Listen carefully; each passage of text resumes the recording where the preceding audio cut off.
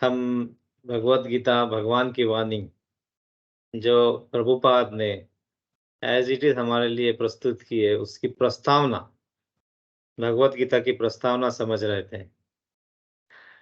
ये समझते हुए हम ऑलमोस्ट 18 क्लासेस हो चुके हैं हमारे, और जो अभी जो क्लास हुआ था आज का, वो दुर्भाग्यवश रिकॉर्ड नहीं हो पाया।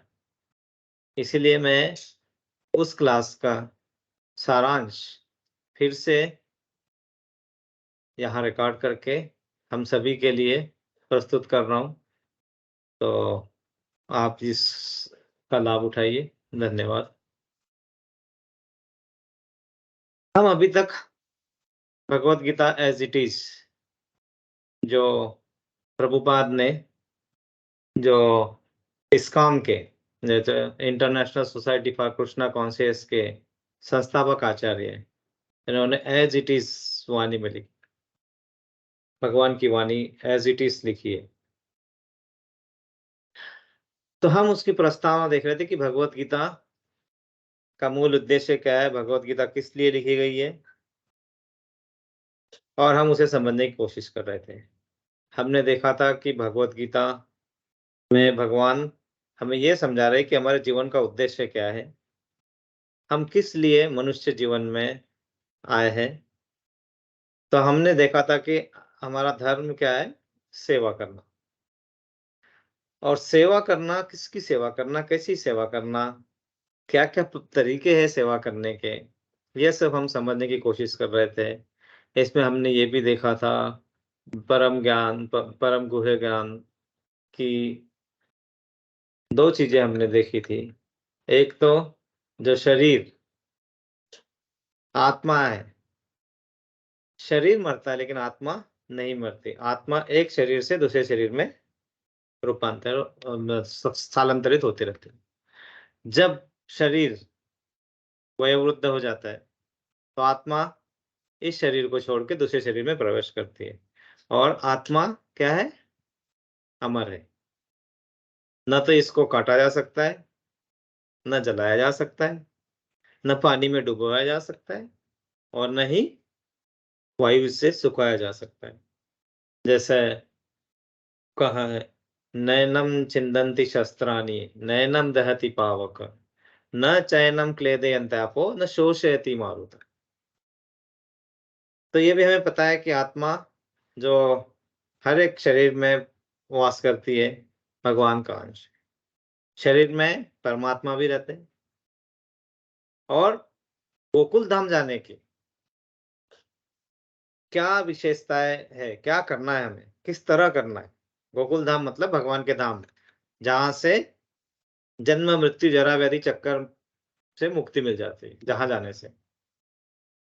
तो इसके बारे में हमने सुना था, भगवान कहते हैं कि अंत समय में जब हम भगवान का स्मरण करेंगे, और उस समय अगर भगवान का स्मरण करते-करते हम देह त्यागते हैं, तो हमें भगवत धाम ज़रूर जाने को मिलेगा। और ये भी कहा है कि अंत समय हमारे माइंड में जो विचार होंगे, जो जिस भाव में हम रहेंगे, जिस भाव में शरीर त्याग करेंगे, हम उसको उस इसमें हमें नेक्स्ट देहांतरण होगा। तो हमें, जैसे हमें मरते वक़्त अगर पैसों का भाव है, तो हमें पैसे के बारे में सोच रहे हैं, तो शायद मुनीम जी का अवतार हो, या अगर हम किसी हरिण के बारे में सोच रहे हैं, तो हिरण का अवतार। इस तरह से जो आखिरी मोमेंट में हमारे मन में भाव होते हैं, वही भाव के हिसाब से हमें नेक्स्ट जन्म मिलता है। हमें जो जन्म मिला है यहाँ पे, मानव जन्म, सबसे उच्च कोटि का जन्म है 84 लाख योनियों में, जिसमें हमें ये प्रावधान है कि हम भगवत धाम जाने का पूरा प्रयत्न कर सकते हैं। भगवत भक्ति में आके भगवत धाम जाने का पूरा प्रश्न कर सकते हैं, पूरा प्रयत्न कर सकते हैं। हमें ये सोचना ज़रूरी है कि हम जब ये शरीर छोड़ के जाएँगे, जो ज़िंदगी जी है, उस जिंदगी का गीत ऐसा होना चाहिए कि हम जब ऊपर जाए तो वो गीत सुपरहिट गीत होना चाहिए। तो ऊपर जाने के बाद जो पिक्चर डिस्कस होगी ना, उसमें हमारे गीत का वर्णन ज़रूर होना चाहिए। और ये सब करने के लिए क्या करना होगा? हमें कुछ इस तरह के कार्य करने होंगे जो हमारे जीवन को सुपरहिट बनाए, जीवन गीत को सुपरहिट बनाए। और भगवत धाम अगर जब पहुँच जाने का हम प्रयत्न करेंगे, तो यशस्वी ज़रूर होंगे। लेकिन उसमें क्या है? कुछ हम ऐसा सोच सकते हैं कि अरे सिंपल है, भगवत धाम जाने के लिए क्या करना है? अंत समय भगवान का नाम लेना है और बस भगवत धाम पहुँच गए। तो क्या इतना सिंपल? यस, इतना ही सिंपल है, लेकिन अंत समय भगवान का नाम लेने के लिए हमें क्या होना चाहिए? हमें क्या करना पड़ता है कि उसका निरंतर प्रयास करना चाहिए। और निरंतर प्रयास करने के लिए ही किस-किस तरह से हमें करना चाहिए, किस तरह से हमें उस भगवान नाम में लिप्त रहना चाहिए, वो हमने लास्ट क्लास में डिस्कस किया था। उसमें क्या था कि हम कुछ 9 तरीके से भगवत भक्ति में अपने आप को तल्लीन रख सकते हैं, अपने आप को एंगेज कर सकते हैं। कौन-कौन से? श्रवणम, कीर्तनम, विष्णु स्मरण, पाद सेवनम, अर्चनम, वंदनम, दास्यम, सख्य आत्मनिवेदम। मतलब आप श्रवणम सुनने में, कीर्तनम भजन कीर्तन में पार्टिसिपेट करके, स्मरण करके, भगवान का नाम स्मरण करके, पाद सेवनम भगवान के चरणों की सेवा करके, अर्चनम अर्चनम करके, वंदनम भगवान का वंदन करके, दास्य में जो हनुमान जी जो सबसे विख्यात दास्य रूप में, उस तरह हम अपने आप को ढाल सकते हैं। सख्यम सखा के रूप में या फिर आत्मनिवेदन आत्मनिवेदनम। किसी एक तरीके से हम भक्ति में निरंतर अपने आप को ढाल सकते हैं। लेकिन भक्ति करने के लिए कोई शक्ति करेगा तो उससे भक्ति नहीं हो। भक्ति के लिए क्या ज़रूरी है? हम अपने आप को सरेंडर करें। सरेंडर करें मतलब अपने ईगो को ईगो को किल करें। जब आप ईगो को किल करेंगे, जब आपका मन, बुद्धि, अहंकार आपके कंट्रोल में होगा, आपके वश में होगा, इंद्रियाँ आपको कंट्रोल नहीं करे, आप इंद्रियों को कंट्रोल करें और इंद्रियों को कंट्रोल करने का अधिकार या मतलब उतना कंट्रोल क्या हम कर सकते हैं? कर सकते हैं भगवत भक्ति में आके, क्योंकि अगर भगवत भक्ति में आ गए, हम भगवान के भक्त हैं, तो इंद्रियाँ भी अपने आप हमारे कंट्रोल में आ सकती हैं। कंट्रोल में आना मतलब अगर हम श्रवणम करेंगे तो उन्हीं इंद्रियों को आप भगवान को समर्पित करके श्रवणम सुनने का कार्य कर रहे हैं। सेवा कर रहे हैं भगवान की, तो हमारे कर कर, हाथ उनकी सेवा में लग सकते हैं। आप किसी भी तरह से आप इंद्रियों को भगवान की सेवा में लगाइए, तो वही आध्यात्मिक कार्यों में आपको आपकी इंद्रियों का यूज़ होगा और आपको उसका लाभ होगा। तो ईगो का एक सिंपल एग्ज़ाम्पल आप देखिए, अगर नदियाँ अलग-अलग नदी-नाले बहते हैं, तो नदी-नाले बह के कहाँ जाते हैं? समुद्र में, सागर में। नदी इतनी ब्यूटीफुल जर्नी नदी की, पहाड़ों में से, झरनों में से नदी आती है। इतना सुंदर प्रवाह उसका, सुंदर जीवन, मधुर गीत गाती हुई, पानी भी इतना मधुर कि आप पिएँगे तो आपका मतलब 7 जन्म की तृष्णा बुझ जाए, इतना मधुर पानी। लेकिन वो जब सागर में मिलती है, तो अपना अस्तित्व खो देती है। लेकिन नदी को ये पता होता है कि मैं अपना अस्तित्व नहीं खो रही हूँ। मैं एक्चुअली सागर जैसे विशाल काय इसका पार्ट बन जाऊँ। मतलब मेरी ब्यूटीफुल जर्नी एंड नहीं हो रही है। वो अथांग सागर में मैं जाके अपने आप को समर्पित कर रही हूँ, तो मैं भी उस अथांग सागर का पार्ट बन जाऊँ। यही से हम अपना ईगो, मन, बुद्धि, अहंकार, अगर इसको हम कंट्रोल में करेंगे, तो जो जन्म, मृत्यु, जरा, व्याधि के चक्कर है, उससे हम बाहर आ सकते हैं।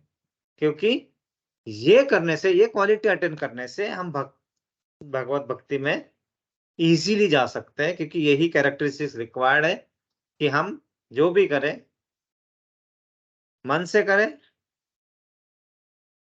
अपना भक्ति भाव से करें, और ये भूल जाए कि हम कर रहे हैं, इससे हमारा कुछ कम हो रहा है, कम नहीं हो रहा है। जैसे नदी को अपने अस्तित्व खोने का कोई गम नहीं है, क्योंकि उसे पता है कि वो सागर का एक बड़े सागर का एक पार्ट बन रही है, तो अपने अस्तित्व खोने के इसमें नहीं रहती, नहीं डरती। उसी तरह हमें भी अपने मन, बुद्धि, अहंकार पे कंट्रोल करके अगर हम आगे बढ़ेंगे, तो हम अपने आप को, अपने भौतिक कार्यों को आध्यात्मिक कार्यों में लगा के अपने जो क्रेडिट्स है, जो एक जन्म से दूसरे जन्म में ले जाने के लिए जो क्रेडिट लगते हैं, उस क्रेडिट को हम बढ़ा सकते हैं। एक योनि से दूसरी योनि में जाने के लिए जो क्रेडिट चाहिए, उसको हम अपने आप चेंज कर सकते हैं। यहाँ पे एक बहुत ही सुंदर बात ध्यान रखना है कि जो भी हम कर्म करते हैं, उसके हिसाब से हमें नेक्स्ट योनि मिलती है, और उस योनि में आप कहाँ जाते हैं, कैसे जाते हैं, ये सब आप डिसाइड करते हैं, आपके कर्म डिसाइड करते हैं। और अगर आप ये करते वक़्त कहीं चूक जाते हैं, तो आपको आगे बढ़ने के लिए कहीं न कहीं किसी गुरु की ज़रूरत होती है, और यही होगा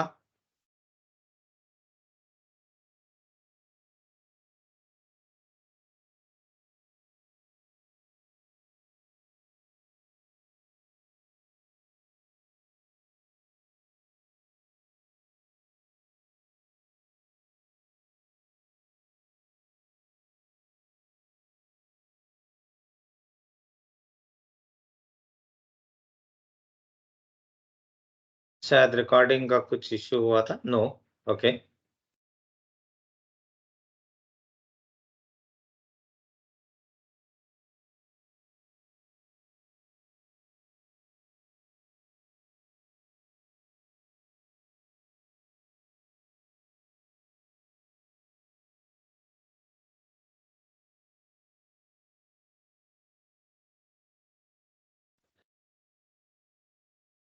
या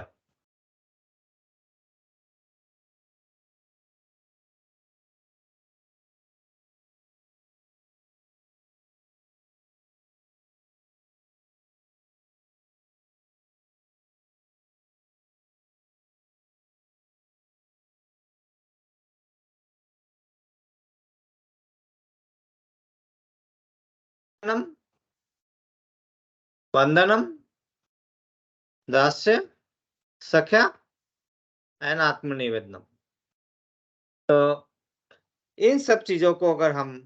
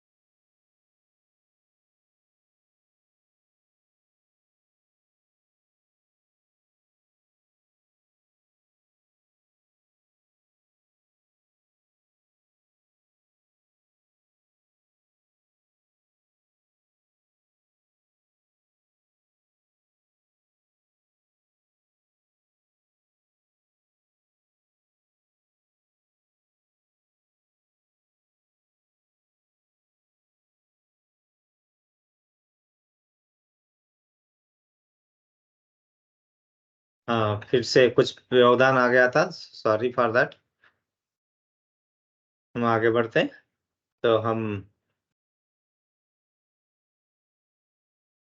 तो ये 9 विधियों में से किसी भी एक इसमें हम अपने आप को भक्ति में लगा सकते हैं। भगवान आगे कहते हैं कि अभ्यास योग मुक्तेन चेतसा न्यायमगामिना नान्यगामिना परमं पुरुषं दिव्यं याति पार्थनु चिंतन। हे अर्जुन, जो व्यक्ति पथ पर विचलित हुए बिना अपने मन को निरंतर मेरा स्मरण करने में व्यस्त रखता है और भगवान के रूप में मेरा ध्यान करता है, वह मुझको अवश्य प्राप्त करता है। मतलब विचलित नहीं होना है, सुख में दुख में आपको बैलेंस बना के रखना है। और क्या होगा कि हम जब इस मायावट में हैं तो सुख ही मिलेंगे ऐसा नहीं है, दुखों का पहाड़ हमारे साथ चलता है। लेकिन यहाँ पे क्या बोला है कि अगर आप उस पथ पे चल रहे विचलित हुए बिना, तो आपके मन को निरंतर मेरे स्मरण में लगा सकते हैं विचलित हुए बिना। लेकिन हमें ध्यान रखना है, वो पथ ही क्या, पथिक कुशलता ही क्या, जिस राह में बिखरे शूल न हो, नाविक की धैर्य परीक्षा ही क्या, जब धाराएं प्रतिकूल न हो। पथ मतलब रास्ता, मतलब वो रास्ता ही क्या, और पथिक मतलब चलने वाले की कुशलता ही क्या, जिस राह में बिखरे शूल न हो। अगर सादा रास्ता है, फूलों से भरा हुआ है, पूरा मुलायम मुलायम कपास है आसपास, उस पे चलने में तो हमें बहुत मजा ही आएगा। लेकिन जिस राह में बिखरे शूल न हो, जो प्रैक्टिकल है, शूल मतलब कांटे, तो जिस राह में बिखरे शूल न हो तो कोई भी चल सकता है। ले और नाविक की धैर्य परीक्षा ही क्या, नाविक मतलब हम अपने आप को अपने जीवन जिंदगी में हम आगे बढ़ाते हैं तो अपने नाविक है, हाँ अपने आप को नाविक समझ रहे हैं। नाविक की धैर्य परीक्षा ही क्या, क्या जब धाराएं प्रतिकूल न हो, मतलब अगर हम नदी के प्रवाह के डायरेक्शन में जा रहे हैं तो आराम से जाएंगे, लेकिन उसके विरुद्ध जा रहे हैं तो हम उसके विरुद्ध जाने के लिए जो हमें शक्ति चाहिए, वो शक्ति तभी हम प्रदर्शित कर सकते हैं जब धारा के प्रतिकूल जाने का हमें चांस हो। और इस माया वर्ल्ड में जब आप एक कदम भक्ति की तरफ बढ़ाते हो तो आपके तरफ उस माया वर्ड से अपोजिशन 90 टाइम्स बढ़ जाए। क्योंकि माया वर्ड किससे है? ये भी अपरा शक्ति है भगवान की, और अपरा शक्ति भगवान की अपरा शक्ति है जो प्रकृति के का निर्माण करती है और तीनों गुणों से आच्छादित है। कौन से तीनों गुण? सतोगुण, रजोगुण, तमोगुण। तो तमोगुण सबसे नीचे वाला, रजोगुण जिसमें हम नॉर्मली हम लोग रहते हैं कि मैं ये कर रहा हूँ तो मुझे घर बनाना है, मुझे पैसा कमाना है, मुझे अपने आप में प्रगति करना है, मेरा नाम होना चाहिए, ये रजोगुण में होते हैं। लेकिन इसके आगे भी होता है सतोगुण, उसमें सबसे उच्च गुण। लेकिन ये सब तीनों गुण प्रकृति के अधीन ही होते हैं। और अगर हमें भगवत धाम जाने की कोशिश करना है तो हमें तीनों गुणों को पार करना है। लेकिन अगर हम एक सतोगुण में भी आ गए तो हम अपने आप को भाग्यशाली समझ सकते हैं। और क्योंकि सतोगुण में आना भी मतलब उच्च लोक में जाना है, उच्च लोक मतलब पृथ्वी लोक से कहीं और ऊपर। लेकिन गोलक धाम जाना है तो भक्ति भाव कृष्ण भावना भावित भक्ति के साथ ही हम वहां जा सकते हैं। तो हमें जो है अहंकार रूपी नाग को मारना है, वो कैसे मार सकते हैं? तो इसके लिए हमें क्या करना होता है? हमें सिर्फ ये करना होता है जो मैंने बताया था कि अब तो बस तेरी भक्ति सीखने और सिखाने की बात है। अब तो बस तेरी भक्ति सीखने और सिखाने की बात है। आंधियों से क्यों डरूं जब तेरी भक्ति का साथ है? क्यों घबराऊं इस दुनिया से जब तेरा मेरे सर पे हाथ है? मनुष्य जीवन पाकर धन्य हूं जिसमें तुझे पहचानने की मिली सौगात है। देखो कितना सुंदर है कि हमें मनुष्य जीवन मिला है तो हमें पहचानने की सौगात मिली है, तो उसका हम पूरा उपयोग कर सकते हैं।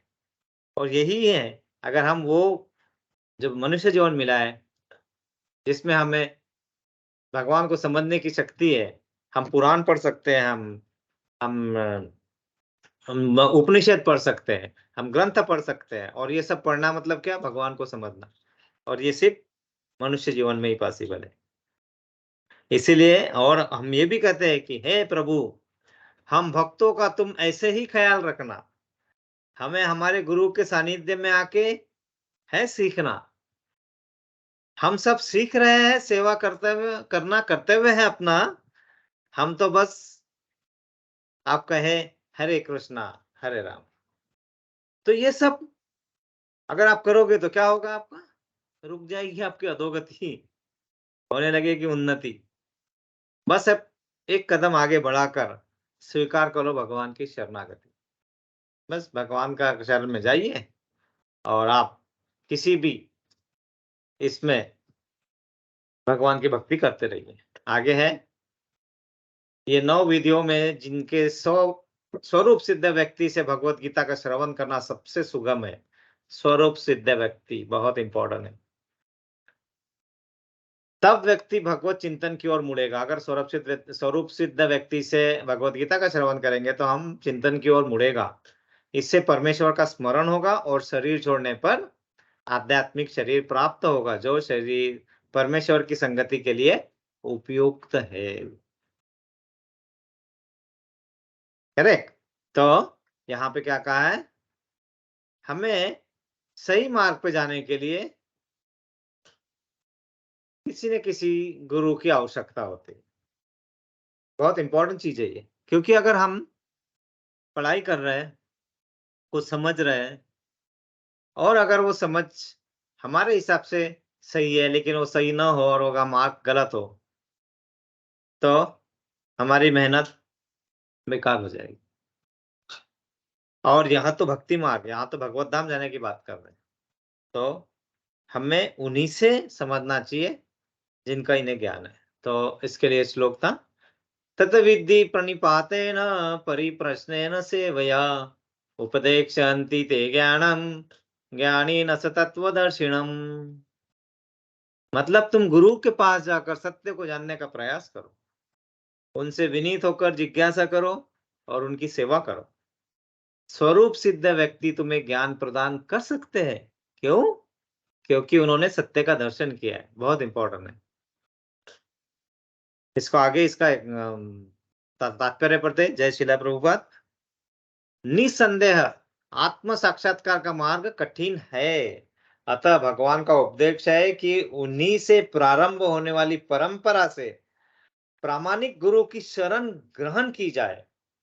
और इस परंपरा के सिद्धांत का पालन किए बिना कोई भी प्रामाणिक गुरु नहीं बन सकता। क्यों? क्योंकि भगवान आदि ही इसके गुरु है। भगवान आदि गुरु है। सॉरी, आदि गुरु मतलब सबसे पहले जो भगवत गीता का ज्ञान दिया वो किसने दिया? भगवान ने। भगवान कृष्ण ने स्वयं किसको दिया था? सूर्य भगवान, विवस्वान। और वहां से मनु, मनु से ब्रह्मा, और ऐसे गुरु परंपरा से वो ज्ञान आया। और इस परंपरा से जो सीखा है वही प्रामाणिक गुरु बन सकते हैं।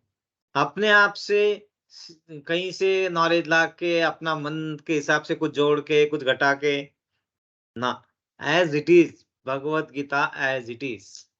तो यहाँ पे भगवान आदि गुरु है, अतः गुरु परंपरा का ही व्यक्ति अपने शिष्य को भगवान का संदेश प्रदान कर सकता है। कोई अपनी निजी विधि का निर्माण करके स्वरूप सिद्ध नहीं बन सकता, जैसा कि आजकल की मूर्ख पाखंडी करने लगे। मतलब थोड़ा समझ लेते हैं और उसके ऊपर अपना ज्ञान देना चालू कर देते हैं। नहीं, एज इट इज जो बताया भगवान ने, अगर गुरु परंपरा से जिन्होंने सीखा है वही हमारे अच्छे गुरु बन सकते हैं। नहीं तो क्या होता है? Little knowledge of anything is very dangerous. किसी भी बारे में आधा ज्ञान रखना हमारे लिए घातक सिद्ध हो सकता है। जैसे कहते हैं ना, अधजल गगरी छलकत जाए। मतलब जब अगर किसी बर्तन में आधा पानी लेके हम जैसे घड़े में आधा पानी लेके सर पे ले जाएंगे तो वो झलकते जाएगा और वो आपको स्थिर नहीं होने देगा।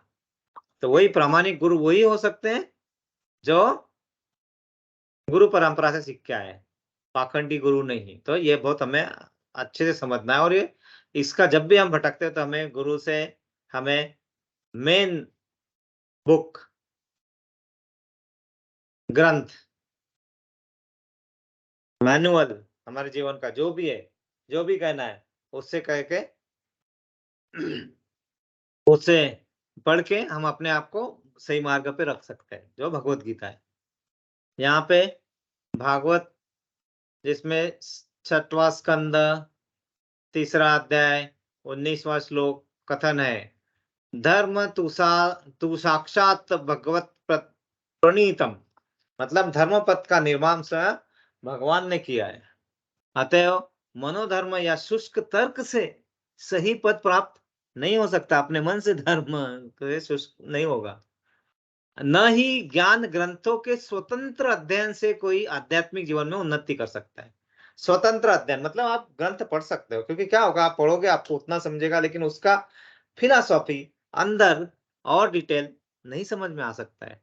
तो समझने के लिए वहीं से समझना पड़ेगा जिन्होंने प्रारंभिक स्रोत वहां से एज इट इज पढ़ के उसको समझा है, और वो ज्ञान वहां से अर्जित करके फिर हम उनके साथ और ग्रंथ का अध्ययन करके आगे बढ़ सकते हैं।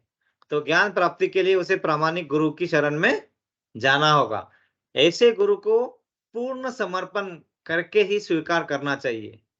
पूर्ण समर्पण, अहंकार नहीं होना चाहिए कि गुरु ने कहा तो सही है, गलत है सोचना नहीं है। फिर अहंकार रहित होकर दास की भांति गुरु की सेवा करनी चाहिए। स्वरूप सिद्ध गुरु की प्रसन्नता ही आध्यात्मिक जीवन की प्रगति का रहस्य है।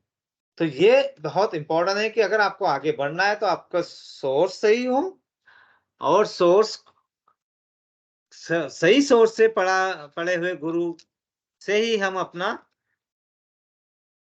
नॉलेज आगे बढ़ा सकते हैं।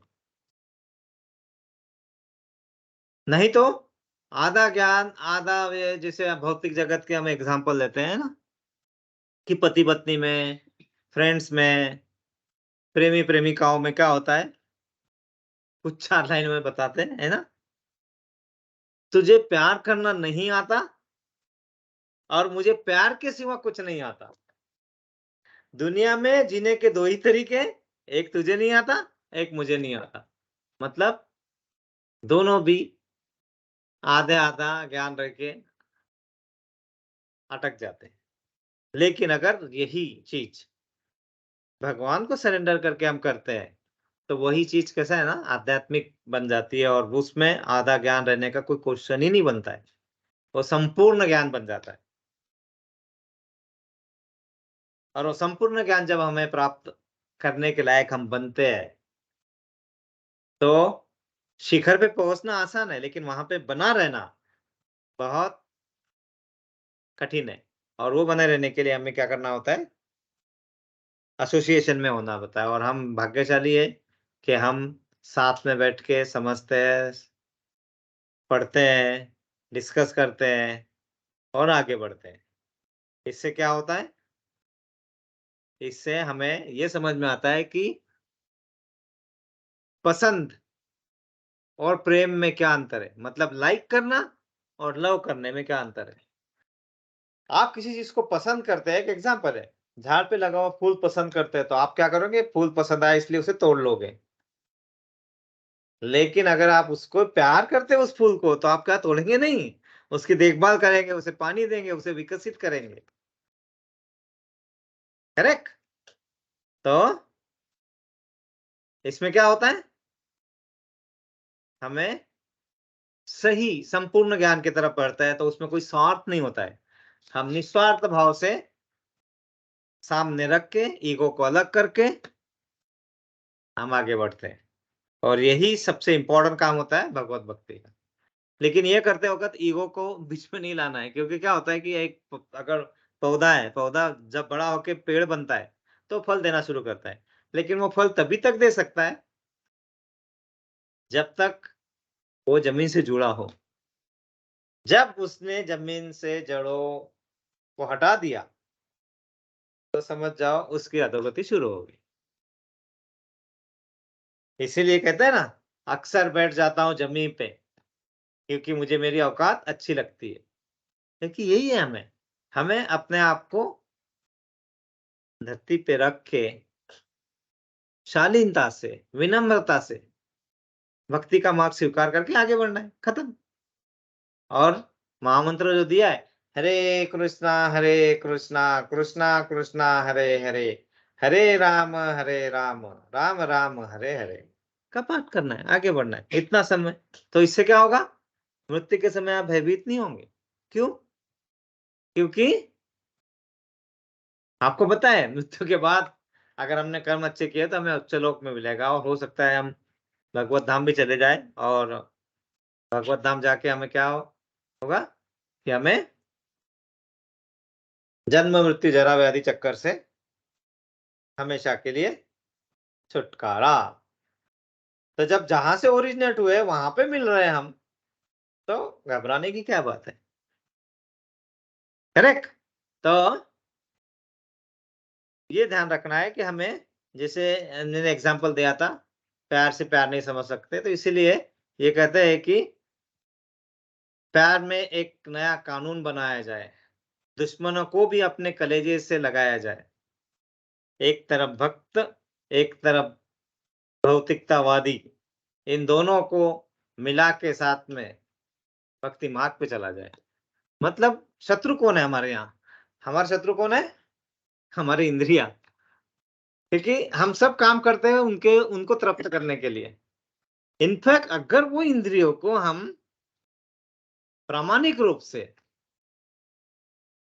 शरणागति स्वीकार करके भगवत भक्ति में, भगवान के सेवा में लगाते हैं, जैसे कानों को सुनने में, श्रवणम, भजनम, मुंह को भगवान नाम के लिए, आंख भगवान का दर्शन करने के लिए, है ना? उसमें एक गीत था कि है मुख वो जो हरि नाम का सिमरन किया करे, है आंख वो जो प्रभु के दर्शन किया करे, है ना? तो वो सब आपने सुना था। तो वो सब चीजों में अब हम लगा देंगे तो मतलब क्या हुआ? इंद्रिया जो हमारी शत्रु बनती है, हमें आध्यात्मिक मार्ग से जाने के लिए रोकती है, उसका कंट्रोल अगर आ गया तो वही कैसा ना, प्यार में एक नया कानून बनाया जाए, दुश्मनों को अपने कलेजे से लगाया जाए। मतलब अपने इंद्रियों को अपने साथ में लेके अपने कलेजे से लगाओ, और उनको साथ में लेके कृष्णा भावना भावित होकर सेवा करो। मतलब अपने जो कर्म कर रहे करते रहो, लेकिन वो सब करते वक्त कृष्णा भावना भावित होके करो। तो ये बहुत इंपॉर्टेंट था। इसके आगे आगे काम करते हैं। इसके आगे है कि भगवान अर्जुन से कहते हैं, अर्जुन, जो व्यक्ति पथ पर विचलित हुए बिना अपने मन को निरंतर मेरे स्मरण में व्यस्त रखता है और भगवान के रूप में मेरा ध्यान करता है, वो मुझे अवश्य प्राप्त करता है, जो हमने अभी पढ़ा। और इसमें यह भी बताया कि यह कोई कठिन पद्धति नहीं है, लेकिन इसे किसी अनुभवी व्यक्ति से सीखना चाहिए, जो हमने अभी देखा कि गुरु के सानिध्य में जाके हम अगर करते हैं तो ये सब चीजें हमें भटकने से बचा सकती है।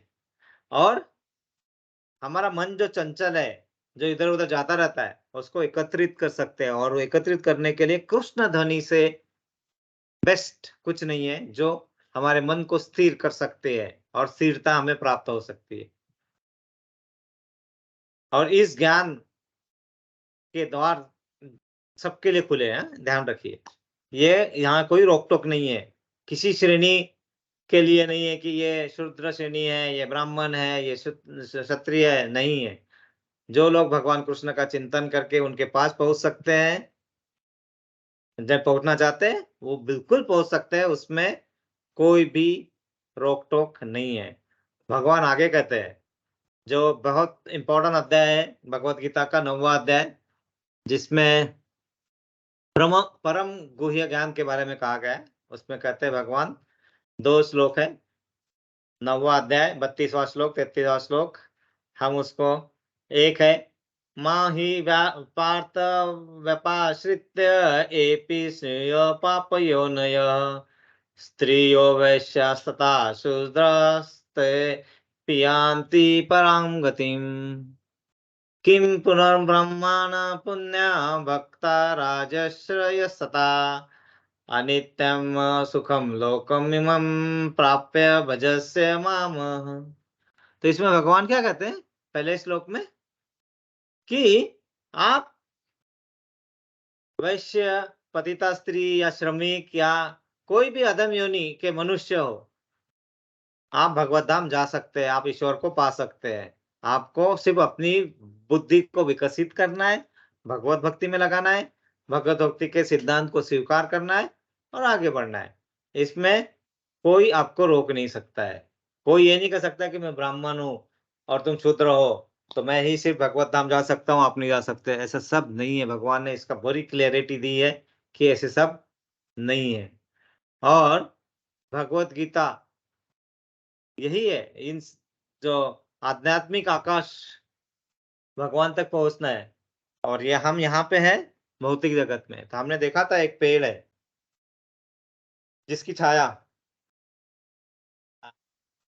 जो भौतिक जगत दर्शाती है, मतलब जिसकी जड़ें ऊपर की ओर है और शाखाएं नीचे की ओर है, जो रिफ्लेक्शन ऑफ आध्यात्मिक जगत है। वो जो ओरिजिनल है भगवान आध्यात्मिक जगत में, उसका डुप्लीकेट, उसका रिफ्लेक्शन भौतिक जगत में। लेकिन आप सब इस भौतिक जगत में जो भी हम एंजॉय कर रहे हैं, वो सब कैसा है? क्षणिक, दुखमय। लेकिन आपको सच्चिदानंद स्वरूप प्राप्त करना है, तो आपको आध्यात्मिक जगत में जो अनित्य है, भौतिक जगत अनित्य है और जो आध्यात्मिक जगत नित्य है। मतलब आपको ये अनित्य मतलब इस जिस हमेशा नहीं रहेगा। इसका प्रलय होता है तो पूरा भौतिक जगत फिर से विलीन हो जाता है, और जब इसका निर्माण होता है तो भगवान फिर से उसका निर्माण करके प्रकृति को, तीनों गुणों का निर्माण करके, महातत्वों को जोड़ के फिर से प्रकृति का निर्माण करते हैं। तो ये अनित्य है। इसका कहीं न कहीं विलन भी होगा और कहीं न कहीं उद्गम भी होगा। लेकिन नित्य और आनंदमय भगवत धाम, गोलक धाम, जहाँ न तो कभी उसका निर्माण हुआ है, न कभी उसका अंत होगा, और वहाँ पे आनंद ही आनंद होगा। तो आपको भयभीत होने की ज़रूरत नहीं है। आप जब भक्ति में हैं, आप जब अच्छे कार्य कर रहे हैं, तो और इन उपदेशों का पालन करते-करते आगे बढ़ रहे हैं, तो चिंताओं से मुक्त हो जाओ। क्योंकि हमें श्योर ऊपर वाला धाम तो ज़रूर मिलेगा। गोलक धाम में जाएँगे, नहीं जाएँगे, ये डिपेंड करता है कि हमें कितने क्रेडिट मिले, लेकिन अगला जीवन आपका आध्यात्मिक तो ज़रूर होगा। आप अगले जन्म में, अगले अच्छे योनि में फिर से अगर जन्म लेंगे, तो आपको ऐसा जन्म मिल सकता है कि जहाँ आपके पास इतना अच्छा वातावरण हो कि आप बचपन से ही भयमुक्त होकर भगवान की भक्ति में लग सकते हैं। और जितने क्रेडिट आपने लिए थे उसको बढ़ा के फिर भगवत धाम जाने का प्रयत्न कर सकते हो। तो आध्यात्मिक जगत ये तो ज़रूर मिलेगा। आपको ये गीता का महात्म्य नंबर 1 है। यहाँ लिखा है 9, जो गलत है 1। तो आगे के क्लास में हम गीता महात्म्य, जो 7 महात्मा है, जिस जो मेन उद्देश्य है, जिससे मेन हमें सीखने को मिलता है, वो महात्म्य महात्म्य हम आगे के क्लास में पढ़ेंगे। अभी जो हमने पढ़ा, ये सब गीता का प्रस्ताव, गीता भगवत गीता की प्रस्तावना थी। क्यों लिखी गई है? इसलिए कि हम ये समझ सके कि आगे हम क्या पढ़ेंगे, आगे हम क्या समझना चाहेंगे। तो जो भी चीज़ है, आप किसी भी प्रश्न के बारे में आप मन में सोचते हैं, भगवत गीता को खोलिए और आपको उसका आंसर मिल सकता है। अगले क्लास में हम प्रस्तावना का लास्ट क्लास होगा, जिसमें गीता महात्म्य पढ़ लेंगे, और उसके आगे भगवत गीता चैप्टर 1 से, श्लोक नंबर 1 से, वर्ष नंबर 1 से पढ़ना उसका पढ़ेंगे, उसको समझेंगे, आचरण में लाने की कोशिश करेंगे। तो यहाँ पे मैं आज रुकना चाहूँगा, आप सभी का धन्यवाद देते हुए, शिला प्रभुपाद को धन्यवाद करते हुए हम यहाँ रुकना चाहेंगे। हम सभी के लिए प्रेयर करेंगे। हरे कृष्णा कृष्णा कृष्णा हरे हरे, हरे राम राम राम हरे हरे। हरे कृष्णा कृष्णा कृष्णा हरे राम राम राम हरे हरे। हरे कृष्णा कृष्णा कृष्णा हरे राम राम राम हरे हरे। हम प्रभुपाद के लिए प्रेयर करेंगे। हरे कृष्णा कृष्णा कृष्णा हरे राम राम राम हरे हरे। हरे कृष्णा कृष्णा कृष्णा हरे राम राम राम हरे हरे। हरे कृष्णा कृष्णा कृष्णा हरे राम राम राम हरे हरे।